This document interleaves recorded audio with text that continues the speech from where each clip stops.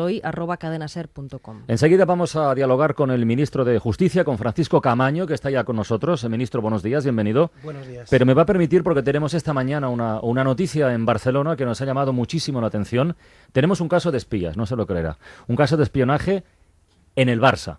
El periódico de Cataluña sale hoy, a 5 columnas en su portada, con que 4 vicepresidentes de la entidad fueron investigados por una agencia de detectives y que el presidente Laporta en principio parece que no lo sabía. Esa información la firman 2 compañeros, Maika Navarro y David Torras. David es el jefe de la sección de deportes del periódico y le tenemos ya al teléfono. David, buenos días, bon dia, David. Bon dia, Carles. Primera duda, en fin, cuesta creer, ¿no?, que un presidente no sepa, no pongo en duda nada, pero cuesta creer que un presidente no esté al tanto de una práctica tan, digamos, curiosa como esta. Sí, cuesta creerlo, y sobre todo lo que más llama la atención es que después de producirse ese episodio no se haya producido ningún tipo o sea, no se hayan depurado responsabilidades de la persona o las personas que fueron responsables de iniciar este proceso, ¿no?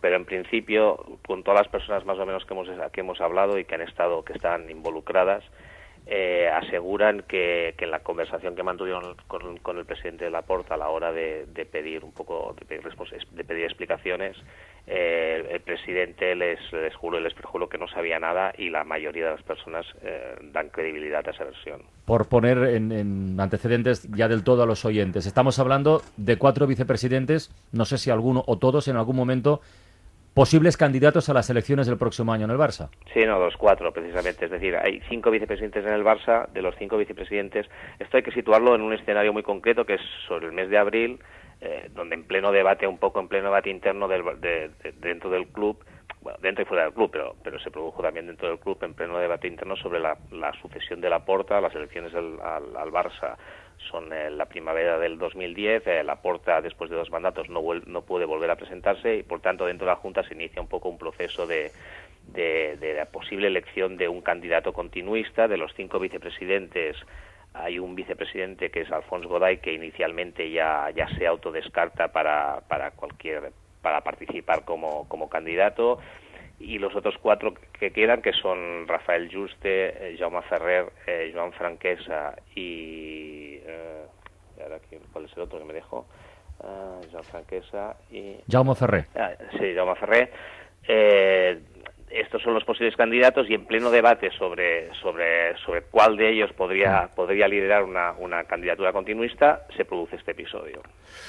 Bueno, David, y a partir de ahora, ya con este bombazo que hoy publicáis en el periódico, ¿qué puede pasar? ¿Qué crees tú? No sé, hoy de entrada esta mañana hay los actos de la Mercè, que coinciden. Sí, hoy es fiesta en Barcelona, sí. Sí, que además que coinciden con la conmemoración de la construcción del Camp Nou. Hay una misa en el Camp Nou, se inaugura una estatua de Kubala, y en esos actos va a participar evidentemente el presidente Joan Laporta y la mayoría de los directivos. Se supone que va a haber algún tipo de reacción por parte del presidente para dar explicaciones sobre este episodio. Bueno. La cuestión más grave es que de los 4 vicepresidentes parece ser que 3 nunca no estaban enterados del proceso. Desde el club hay quien que justifica eso como que esto es una práctica habitual a nivel entre políticos y altos ejecutivos. No quieres saber la cara que se le ha puesto al ministro de Justicia cuando has dicho práctica habitual. Práctica habitual, no práctica habitual en el sentido de abrir investigaciones sin que los afectados lo sepan, pero que sí que se utiliza con el consentimiento de los afectados lo que esta empresa, por ejemplo, la empresa de detectives habla de una auditoría de riesgo, que eso afecta a políticos o altos ejecutivos, es decir, antes de asumir un cargo de responsabilidad, pues hacer una especie de investigación de decir, bueno, pues que no encontrar nada raro en su vida profesional o en su vida personal. La cuestión es que el afectado no lo sepa, que eso es lo más grave. Ya. Bueno, David Torras, pues oye, 2 cosas. Felicidades por la información, que desde luego muy buena y muy interesante, y ya nos iréis contando. Muy bien, gracias, Carlos. Venga, un abrazo, hasta luego. Ministro, ¿qué nos está pasando en este país? ¿Nos hemos vuelto locos o qué? Que es el caso de espías en Madrid, espías ahora en el Barça, prácticas que se dicen habituales. Ayer Javier Arenas insistía en lo de que hay policías y fiscales y jueces supuestamente implicados en escuchas ilegales y persecución al Partido Popular. Me ha venido al pelo comentárselo. Sí, 2 cuestiones, comenzando por esta última. En nuestro país solo se pueden hacer escuchas o seguimientos que afectan a los derechos fundamentales, a la intimidad y al secreto de comunicaciones por autorización judicial. Fuera de eso, cualquier conducta es un delito y además, desde el punto de vista del estatus de ciudadanía, es un delito absolutamente grave en una democracia. Y por ello, más allá de la valoración y el reproche moral que merecen este tipo de conductas, y más allá de que pueda llegarse a entendimientos entre directivos o entre personas, lo importante es que se pongan inmediatamente en conocimiento de los tribunales de justicia. No hay auditorías de riesgo ante los derechos fundamentales, solo hay defensa de nuestras libertades y máximo rigor. Y por tanto el delito tiene una proyección muy importante y solo tomando medidas firmes en defensa de estos derechos evitaremos que prácticas de esta naturaleza puedan llegar incluso a considerarse normales o de carácter general. Yo creo que hay que ser enérgicos y combatir terminantemente este tipo de prácticas, porque solo con autorización judicial, y esa es nuestra garantía, se puede vulnerar o levantar o conocer nuestra intimidad o los secretos de las comunicaciones. O sea, ya sé que lo ha dicho en otras ocasiones, no ha habido escuchas ilegales. En mi opinión, en el caso del Partido Popular no tengo ninguna duda, y sobre todo, si lo ha habido, por favor, que dejen de decirlo y que lo pongan en manos de los jueces. Que sí, ya lo han puesto, hay una denuncia presentada. Pues ya veremos después qué ocurre cuando los jueces resuelvan. Y si ha existido, sanciónese y aplíquese con rigor la ley. Por seguir con este asunto, con una derivada de las filtraciones de sumarios o de actuaciones judiciales, que también el Partido Popular está criticando mucho en las últimas semanas, ¿usted como ministro está satisfecho de que determinados documentos estén, en nuestro poder, en poder de otros medios, vayan apareciendo, los vayamos comentando, los vayamos sobando? ¿A usted le satisface esto? Ni como ministro ni como ciudadano. En primer lugar, porque el secreto de las actuaciones judiciales no es solo eso que se llama el secreto sumarial. Uh-huh. El secreto sumarial es una decisión que adopta el juez para proteger la información que él tiene de las propias partes en el proceso. Es decir, para evitar que alguno de los investigados, al conocer esa información, pueda cortar las capacidades de investigación que el propio juez, la propia policía o el propio fiscal tiene. Con carácter general, todo lo que ocurre en un proceso, sea penal o no, debe estar reservado a las personas. Por tanto, claro que como ministro me disgusta. Ahora bien, la competencia sobre esta cuestión es del Consejo General del Poder Judicial, es a él quien corresponde sancionar con rigor estos supuestos y, por tanto, es ahí donde debe situarse la valoración de lo que está ocurriendo. Señor Caamaño, hace un ratito aquí en el Tiempo del Abierto comentamos con nuestros contertulios, un poquito en broma, en buen tono, que igual usted es uno de los ministros, no sé si de los pocos contentos. ¿Hay ministros contentos en el gobierno? Sí, lo sabrá, me imagino, ¿no? No lo dude. Pero usted estará seguramente contento por el plan de modernización, que parece un proyecto realmente ambicioso para resolver, no sé si total o parcialmente, problemas seculares de la justicia. ¿Cómo va a notar el ciudadano la aplicación de este plan, ministro? Sí, efectivamente es un plan que no es solo un plan del Ministerio de Justicia, es realmente un plan de gobierno. El presidente del gobierno en su discurso de investidura lo dijo con muchísima claridad, está específicamente comprometido con él, pero yo diría más, yo creo que es un plan para un reto de país. Necesitamos transformar nuestra administración de justicia. Necesitamos que el ciudadano tenga una percepción distinta cada vez que se acerca a la misma y que no vaya temblando porque el asunto que tiene va a tardar ya no se sabe cuánto en tener una sentencia, incluso cuando la tiene y le es favorable otros tantos años en poder ser ejecutada. Un país como España, una sociedad como la nuestra, no puede permitirse esa situación y, por tanto, le ha llegado la hora, de verdad, de transformarla. Hay una apuesta definitiva del Gobierno porque además creemos, si estamos convencidos, de que modernizar la administración de justicia es modernizar una pieza clave de la estructura del Estado y, por tanto, ayudarnos también a salir de la crisis económica en la que nos encontramos. ¿Se atreve a poner plazos de aplicación de algún aspecto de este plan? Es decir, hablaba de la lentitud, de cómo se alargan de manera casi eterna las denuncias, procesos, etcétera, etcétera. ¿En cuánto tiempo y en qué porcentaje reduciremos eso? Nosotros hemos hecho unas estimaciones hacia el final del plan, muchas de sus medidas se harán antes, el plan tiene sustancialmente, está previsto para 3 años, pero podremos ver en fechas muy pronto un convenio con la Audiencia Nacional, por ejemplo, para que sea el primer tribunal cero papel, que trabaje solo con expediente digital. Veremos también en próximos días un convenio entre el Consejo General del Poder Judicial, la Fiscalía General del Estado y el Ministerio de Justicia para generar un sistema de interoperatividad que permita a nuestros tribunales trabajar en red. Habrá que implementarlo, pero lo tendremos de manera definitiva. A partir del 1 de enero se desplegará la nueva oficina judicial por todo el territorio español, que es un cambio radical de la estructura y la organización judicial que tenemos hoy en día, y con todo ello vamos a alcanzar, no tenemos duda, una gran simplificación de los tiempos y de los procesos que calculamos en un promedio superior al 30%, habida cuenta de que hay jurisdicciones como la del orden social que ya está funcionando en plazos muy realistas, y por tanto ahí es muy difícil acotar, por ejemplo, tiempos, mientras que en otras, como la jurisdicción contenciosa, queremos poder reducirlo a más de la mitad. Yo soy un ciudadano que hasta ahora está escuchando la radio, está escuchando la SER y digo, ostras, el ministro está convencido e ilusionado de que esta vez va en serio. Y dentro de unos días escucharé la misma radio y a la misma hora y me estarán hablando de una huelga de jueces, que parece que finalmente se va a llevar a cabo. ¿Usted lo entiende o se atreve a explicarlo? ¿Qué hay detrás de esa protesta, señor Camaño, de verdad? ¿Tema económico o qué hay? Nosotros hemos dado pruebas, creo, tanto el ministro como todo su equipo, de nuestra capacidad de diálogo, de aproximación a todos los colectivos, incluyendo las asociaciones de jueces, pero lo que es más importante, ha sido el propio Parlamento, la Comisión de Justicia, que los ha recibido por primera vez en la historia de la democracia, que los ha escuchado, quien ha puesto solución, mediante una ley que se está tramitando ahora en el Senado, al, digamos, 85% de las reivindicaciones razonables y sensatas de los jueces. Los problemas de equiparación en régimen de vacaciones y permisos con la función pública general, que era cierto, el tema del ascenso forzoso, la cuestión del señalamiento, y lo han hecho con un amplísimo consenso político. Por tanto, el legislador, los representantes del pueblo español han atendido los elementos razonables de las peticiones de los jueces. Aparte, existía un déficit, puesto de manifiesto también, de funcionamiento estructural de nuestra administración de justicia que vamos a acometer. Pero un juzgado no se cambia en un día, ni en dos, ni en tres. Es una estructura compleja, es cambiar un avión en vuelo. Por tanto, la justicia no puede parar y hay que transformarla. Nosotros seguiremos en esta línea de trabajo. Desde el primer día no hemos pensado en una huelga de jueces, sino en los ciudadanos españoles que utilizan el servicio público de la justicia, y si alguna asociación en particular decide ir a una huelga, será ella quien lo tenga que explicar a los españoles. ¿Usted cree que habrá huelga, sí o no? Pues ellos lo determinarán, por porque están continuamente, hay manifestaciones en una dirección y en otra.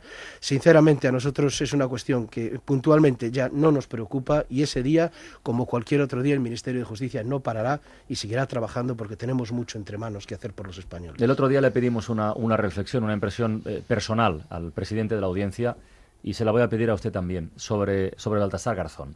Nos decía Ángel Juanes, me siento muy incómodo. ¿El ministro, con esta historia de Baltasar Garzón, cómo se siente? Pues al ministro no le gusta que ningún juez, Baltasar Garzón ni ningún otro, esté pendiente de ser enjuiciado por los tribunales de justicia, pero por supuesto los jueces no son elementos al margen de nuestro sistema ni de nuestro ordenamiento. Creo que es un caso en el que se produce esta imputación.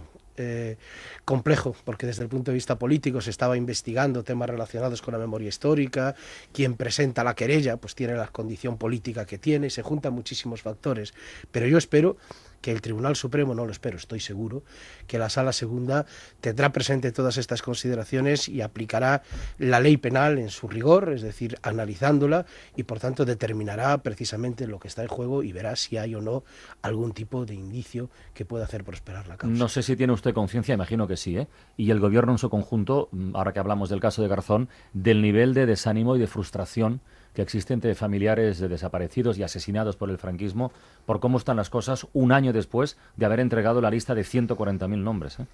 Sí, yo quiero decir que desde la transición política española, por primera vez, ha sido en la legislatura pasada, pero con este gobierno se aprobó una ley específica cuya pretensión no es reescribir la historia. A pesar del ruido que en determinado momento hubo, hemos insistido en ello. Su pretensión es reparar a las víctimas, reconocer derechos y rehabilitarlos en la intimidad de las personas y de sus familias.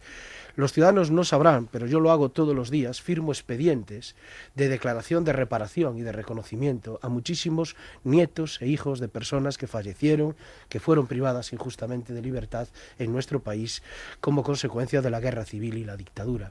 Y lo hacemos en el silencio que ellas mismas piden, porque lo que persiguen es poder explicar el padre a sus hijos que el abuelo no era, como le han dicho, un asesino, ni murió de una parada cardíaca extraña, sino que murió en una cárcel, privado de libertad por ser sindicalista, murió porque era una persona homosexual de una paliza en un calabozo de este país. Esos expedientes los estamos llevando a cabo. Las familias nos lo agradecen y los españoles nos lo están agradeciendo, pero es verdad que mantenemos la lógica y la filosofía de la ley, es decir, respetar la intimidad de cada uno con su memoria personal y no intentar reescribir hacia afuera la historia. Claro, pero es verdad que esa ley, la legislatura pasada, generó muchísima ilusión entre los colectivos de familiares, los que llevan tiempo no tratando de reescribir, pero sí de recuperar la memoria histórica. Y un año después estarán frustradas, porque dicen que se ha quedado corto, que el gobierno no ha sido valiente, que se han dejado aspectos por tocar. Por eso le preguntaba si tiene conciencia de este nivel de frustración. Nosotros estamos trabajando desde el Ministerio de Justicia con una oficina específica de atención a todos los colectivos, intensamente con ellos, ayudando económicamente a través de una línea de subvenciones a las asociaciones en materia de fosas, de búsqueda de información, facilitando los archivos públicos.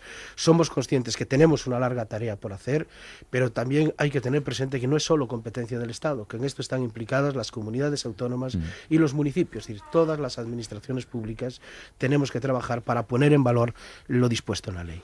Señor Caamaño, algunas cosas de futuro. Ya sé que es muy difícil hacer pronósticos, pero se lo voy a pedir. ¿La reforma del Código Penal para cuándo? Pues la reforma del Código Penal está en el Consejo de Estado en este momento. Esperamos tenerla en la primera semana de octubre y, por tanto, a lo largo de ese mes estará en el Congreso de los Diputados previsiblemente. ¿El mismo mes que saldrá la sentencia del Estatut finalmente? Yo no sé cuándo va a salir la sentencia del Estatut, es algo que determinará el Tribunal Constitucional. Pero el otro día la presidenta dejó entrever de manera bastante clara que por fin será en octubre. Pues si sale en octubre, bienvenida sea la sentencia, pero el Código Penal también se mandará en esa fecha al Congreso. No sé si usted es una persona muy religiosa o poco, pero no sé si enciende velas para que de una vez por todas termine lo del proceso del Estatut. Soy poco religiosa, pero si hace falta encender velas tampoco tengo ningún problema. Y a partir de ahí renovar el Constitucional, que lleva tocando también, ¿no? Hay que renovar el Tribunal Constitucional, como creo que debemos siempre, desde la responsabilidad institucional, renovar todas las instituciones del Estado. Yo creo que aquí los senadores socialistas tienen plena disponibilidad a ello y que el Gobierno ha dado pruebas de su voluntad de querer esa renovación. Quiero solo recordar dos cosas. Primero, se cambió la ley a efectos de esta renovación del Tribunal Constitucional, todos los oyentes lo recordarán, y el Partido Popular la recurrió porque dijo que era inconstitucional. Y parecía evidente esperar a que el Tribunal Constitucional se pronunciase antes de proceder a la renovación. Lo hicimos. Se aprobó en desarrollo de esa ley la modificación del reglamento del Senado y el Partido Popular recurrió el reglamento del Senado por inconstitucional al Tribunal Constitucional y nos pareció prudente también esperar a que el Tribunal Constitucional se pronunciase. Lo hizo y dijo que era constitucional, y cuando el proceso se puso en marcha, quiero recordar que la designación hecha por parlamentos autonómicos, en el caso del Partido Popular, solo presentó 2 candidatos con carácter exclusivo casi y excluyente, en cierta parte, frente a la lógica y la filosofía de la ley. De ahí viene parte de las dificultades de la ley. Oiga, por cierto, ahora que ha citado para 3 ocasiones al Partido Popular, lo de su actitud con las protestas contra la ley del aborto, esa actitud de volver a resucitar, lo de apoyar sin apoyar, pero vamos, apoyar en definitiva una protesta sin la calle, ¿qué opinión le merece como ministro? A mí me merece una opinión que yo creo que es muy nítida para todos los españoles. Estamos hablando de una reforma legal, o sea, en fin. Efectivamente, en primer lugar, la reforma es una reforma, en mi opinión, necesaria. Había que aportar seguridad en un contexto donde no la había. En segundo lugar, es una reforma, en mi opinión, como lo ha dicho el Consejo de Estado, constitucional, y si no, bueno, el Tribunal Constitucional lo dirá, pero en principio un sistema de plazos cabe dentro de nuestra Constitución, y así lo entendemos. Y en tercer lugar, y es lo más importante, el Partido Popular hoy defiende justamente la legislación actual, es decir, aquella que no les gustó cuando se puso en marcha la despenalización del aborto en nuestro país. Cuando se puso en marcha la despenalización estaban en contra del aborto, y ahora que queremos perfeccionar una ley para reconocer a las mujeres el derecho a decidir y dar seguridad al personal sanitario que tiene que intervenir, entonces ahora lo que les gusta es aquella que en origen no les gustaba. Francisco Caamaño, ministro de Justicia. Antes de despedirle, que antes algún contertulio le preguntaba, ¿qué pasa con los ministros de Justicia, o con los últimos al menos, que todos han sido músicos en un pasado? Juan Fernando López Aguilar, Mariano Fernández Bermejo, ahora usted. ¿Tiene pensado cuando se retire crear un grupo con ellos? O... No sé si la justicia se puede traducir en una partitura. Probablemente tenga algo de ritmo también o de musicalidad escondida a los que nos gusta el derecho. Yo creo que es una pura coincidencia y en todo caso ellos dos son muchos mejores músicos que yo, no tenga duda.